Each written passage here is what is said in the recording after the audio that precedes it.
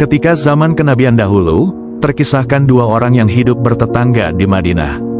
Salah satunya adalah seorang muslim yang saleh, sedangkan seorang lainnya memiliki sebuah pohon kurma yang tumbuh tepat di tepi batas tanah di antara rumah mereka. Si tetangga saleh ini suatu hari ingin membangun pagar di sekeliling rumahnya. Ia ingin menjaga keluarganya dan memiliki batas kepemilikan yang jelas tentang tanahnya itu. Namun, satu masalah hadir menghalanginya. Batang dari pohon kurma milik tetangganya itu tumbuh menjorok ke dalam wilayah tanahnya.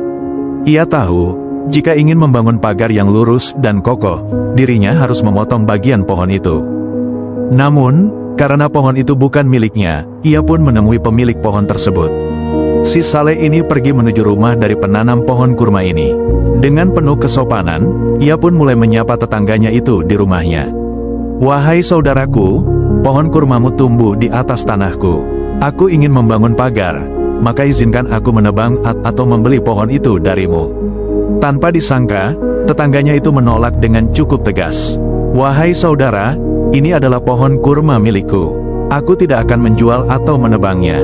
Si tetangga saleh itu tak putus asa. Ia mencoba membujuknya lagi dan menawarkan harga yang layak, bahkan lebih.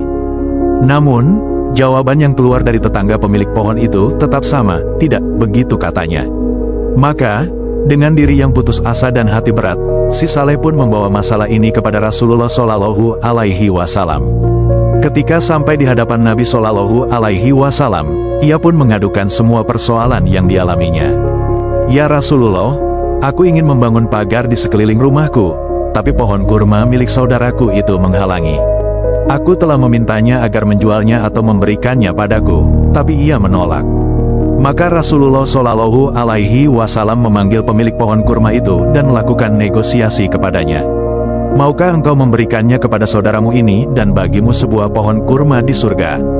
Sungguh, betapa besar tawaran ini. Sebatang pohon kurma ditukar dengan pohon kurma di surga.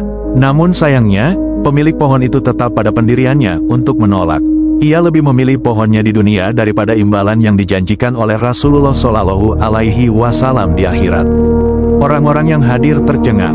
Mereka tak menyangka ada seseorang yang menolak tawaran dari Nabi Shallallahu Alaihi Wasallam yang pasti benar dan dijamin kebenarannya. Tidak lama kemudian, di antara yang hadir ada seorang sahabat mulia yang hatinya langsung tergetar oleh sabda Rasulullah Shallallahu Alaihi Wasallam tersebut. Ia adalah Abu Darda, yang dikenal sebagai seorang sahabat yang zuhud dan sangat mencintai akhirat. Ia pun bangkit dan bertanya kepada Rasulullah Shallallahu Alaihi Wasallam, "Ya Rasulullah, apakah engkau akan memberiku pahala pohon kurma di surga jika aku membeli pohon itu lalu memberikannya kepada tetangganya?" "Benar wahai Abu Darda," Rasulullah Shallallahu Alaihi Wasallam menjawab. Tanpa ragu, Abu Darda langsung menemui pemilik pohon kurma itu dan melakukan negosiasi kepadanya.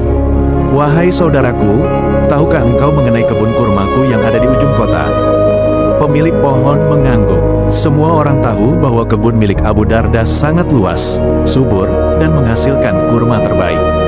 "Aku akan memberimu seluruh kebun itu, asalkan engkau mau memberikan pohon kurma ini kepadaku," ucap Abu Darda. Betapa terkejutnya pemilik pohon kurma itu. Ia pun berusaha berpikir dan mengambil keputusan dengan cepat. Sebatang pohon kurma ditukar dengan satu kebun kurma. Tentu saja itu tawaran yang sangat menguntungkan baginya. Maka, ia pun setuju dan pohon kurma itu berpindah tangan kepada Abu Darda. Abu Darda segera mendatangi Rasulullah Shallallahu Alaihi Wasallam, mengabarkan hal yang telah dilakukannya itu. "Wahai Rasulullah, sekarang pohon itu milikku, dan aku telah memberikannya kepada tetangganya agar ia bisa membangun pagar."